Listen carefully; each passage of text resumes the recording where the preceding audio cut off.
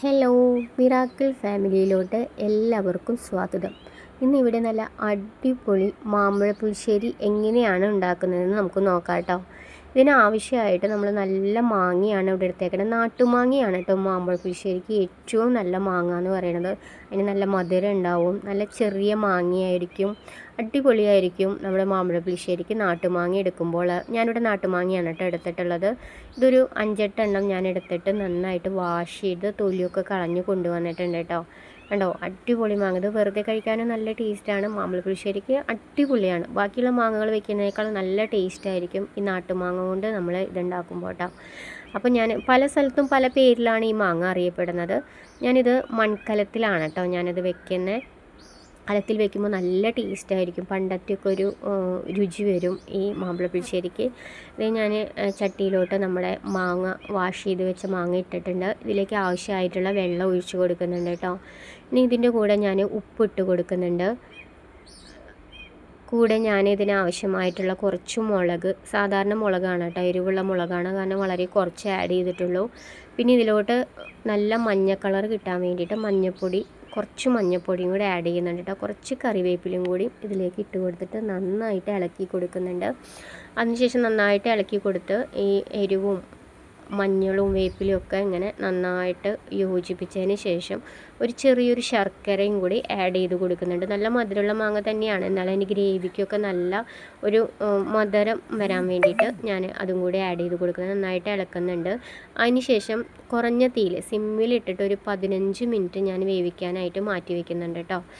15 minute കഴിഞ്ഞു. നമ്മുടെ മാങ്ങയൊക്കെ നന്നായിട്ട് തിളച്ച് വന്നിട്ടുണ്ട് കണ്ടോ, തിളച്ച് മറിഞ്ഞിട്ടുണ്ട്. ഒന്നും കൂടി ഇളക്കി കൊടുക്കുകയാണ് കേട്ടോ.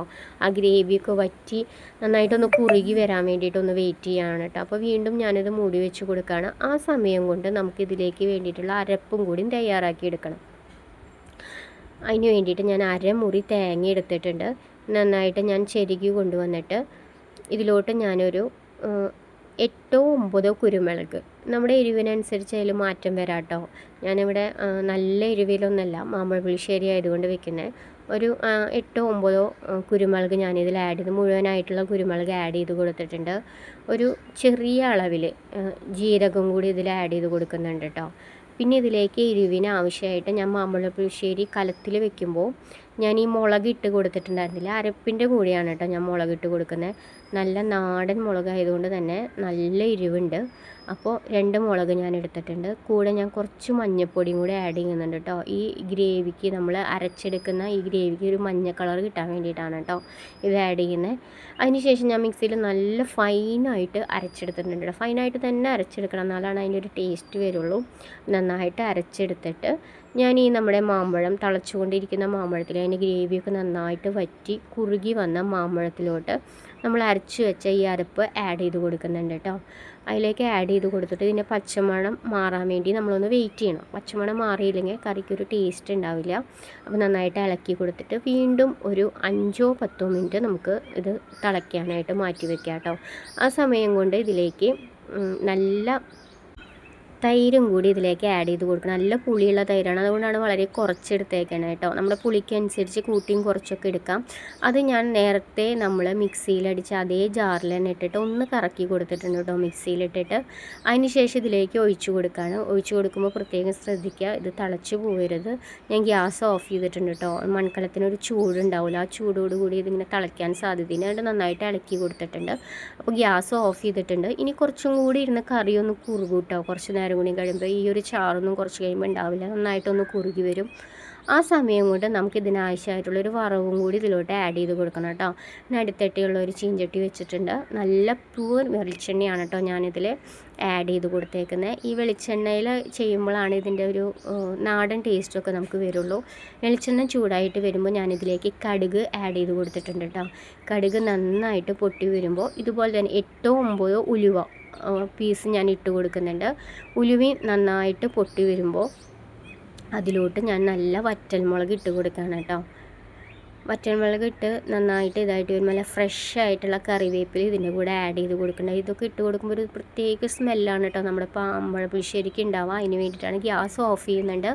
അതിനുശേഷം ഞാൻ കുറച്ച് മുളക് പൊടി, പിന്നെ ഇതിൻ്റെ മെയിനായിട്ടുള്ളൊരു സീക്രറ്റ് എന്ന് പറഞ്ഞു കഴിഞ്ഞാൽ നല്ല ഉലുവ വറുത്ത് പൊടിച്ച ഉലുവയും കൂടി ഇതിൽ ആഡ് ചെയ്യുന്നുണ്ട് കേട്ടോ. ഈ മുഴുവൻ ഉലുവ ആഡ് ചെയ്യുന്ന പോലെ തന്നെ ഈ വറുത്ത് പൊടിച്ച ഉലുവയും കൂടി ആഡ് ചെയ്യുമ്പോൾ മാമ്പഴ പുളിശ്ശേരിക്ക് ഒരു പ്രത്യേക ടേസ്റ്റാണ് കേട്ടോ. എന്നിട്ട് ഈ വറവ് ഞാൻ മാമ്പഴ പുളിശ്ശേരിയിലേക്ക് ഒഴിച്ച് കൊടുക്കുകയാണ്. അതിന് ശേഷം ഒരു 5 മിനിറ്റ് ഞാനത് മൂടി വെക്കും കേട്ടോ, ആ സ്മെല്ലൊക്കെ അതിലേക്ക് ഇറങ്ങി വരാൻ വേണ്ടിയിട്ട്. ഇത് തുറന്ന് നോക്കുമ്പോൾ നല്ല മണമായിരിക്കും. ആ മൂടി തുറക്കുന്ന സമയത്ത് തന്നെ ശരിക്കും നല്ലൊരു നാടൻ മണം നമ്മുടെ മൂക്കിലോട്ട് ഇങ്ങോട്ട് വരും കേട്ടോ. അടിപൊളി ടേസ്റ്റാണ് മാമ്പഴ പുളിശ്ശേരി ഇങ്ങനെ വെക്കുമ്പോൾ. വളരെ സിമ്പിളായിട്ടുള്ളൊരു ഡിഷാണ്. ഈ സമയങ്ങളിൽ ഈ കാലങ്ങളിലൊക്കെ നമുക്ക് വീണ്ടും മാമ്പഴം കിട്ടുന്ന സമയം അടിപൊളിയായിട്ട് നമുക്ക് മാമ്പഴ പുളിശ്ശേരി ഉണ്ടാക്കാം. ഇത് ഏറ്റവും ടേസ്റ്റ് എന്ന് പറയുന്നത് നമ്മുടെ പഴങ്കഞ്ഞിയുടെ കൂടെ കഴിക്കുന്നതാണ് കേട്ടോ. തലേദിവസം നമുക്ക് പിറ്റേ ദിവസം പഴങ്കഞ്ഞിയും ഒരു ദിവസം അവിടെ ഇരിക്കുന്ന മാമ്പഴ പുളിശ്ശേരിയും കൂട്ടിയിട്ട് നമുക്ക് കഴിക്കാൻ അടിപൊളിയാണ്. അപ്പോൾ എൻ്റെ മാമ്പഴ പുളിശ്ശേരി എല്ലാവർക്കും ഇഷ്ടമായെന്ന് വിചാരിക്കുന്നു. എല്ലാവരും ട്രൈ ചെയ്ത് നോക്കുക. എളുപ്പമാണ്. ആദ്യമായിട്ട് വെക്കണവർക്കൊക്കെ വളരെ എളുപ്പമായിട്ട് തോന്നും ഈ വീഡിയോ കാണുമ്പോൾ. അപ്പോൾ അടുത്ത വീഡിയോ ആയിട്ട് കാണും വരെ tata, bye bye, see U.